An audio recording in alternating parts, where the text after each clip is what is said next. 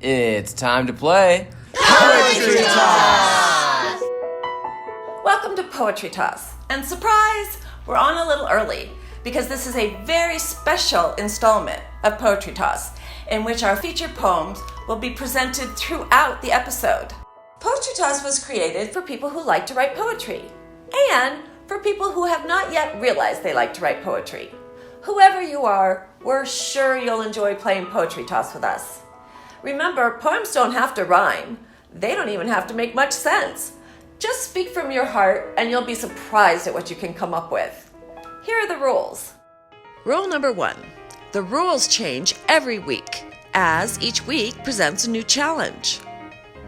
Rule number 2. Keep an open mind. Everyone's a winner. Rule number 3. Just have fun finding your inner poet.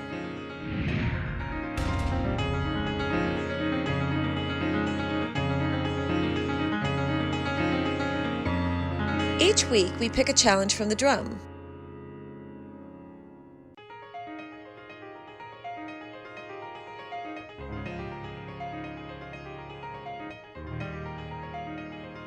This week's challenge is to write a poem about a mystery. Here's what we came up with. The Case of the Empty Teacup. I love a good mystery, set in an English manner, like this story, for instance. Lady Hyde-White is having tea with the vicar in the conservatory, while the daughter of the house has tea with her future spouse in the south sitting room, when suddenly she feels a sense of doom. Meanwhile, the servants too have theirs, assembling in various spots, but mainly in the kitchen downstairs, where tea is brewed in several pots. After tea, the footman, Dwight, opens the door to the library, where lies Lord Hyde-White on the floor in his favorite tweeds. Beside his body is a teacup. The cup is suspiciously empty. Poison, you say, and I agree. But who done it? Well, let's see. Based on a true story. Back in the day, when fledglings roamed free within the great protective bosom of a more innocent society, two prepubescent boys saddled up their spoke-wheeled steeds and embarked upon a journey, provisioned with white bread, bologna, and cheese. Some hours later, as they stopped to slake their thirst from canteens, something in the roadside weeds glinted and gleamed, and they discovered, revealed by the sun, a silver-plated Derringer. Yes, a real gun.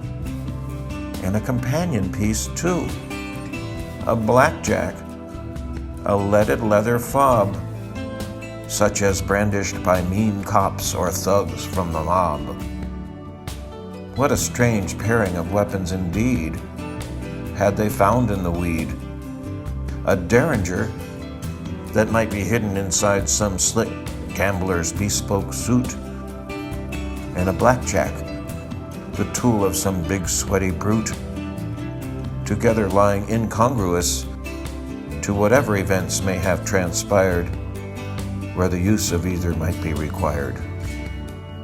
What film noir scenario, what Chandleresque tale might neatly surround what two suburban boys found roadside on the ground? Possibilities tantalize and theories abound, aided by how we've somehow evolved to base convictions on mysteries unsolved. Mr. Wertherman is missing. Here one moment, gone the next. He didn't leave a clue. This mystery's got me guessing. Where has he gone? Will he return? Oh, what am I to do? I saw him heading out to lunch. in his bright black and yellow suit. He nodded as he inched along in search of some fresh fruit.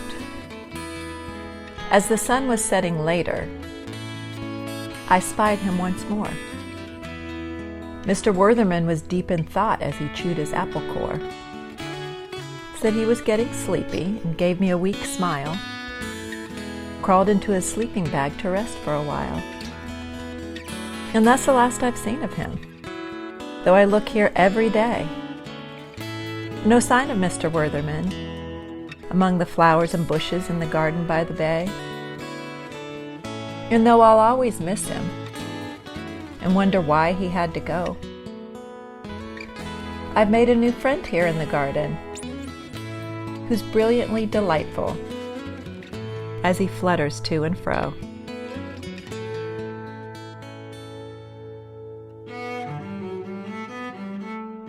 Now it's your turn. Can you write a poem about a mystery? We'd love to hear what you come up with.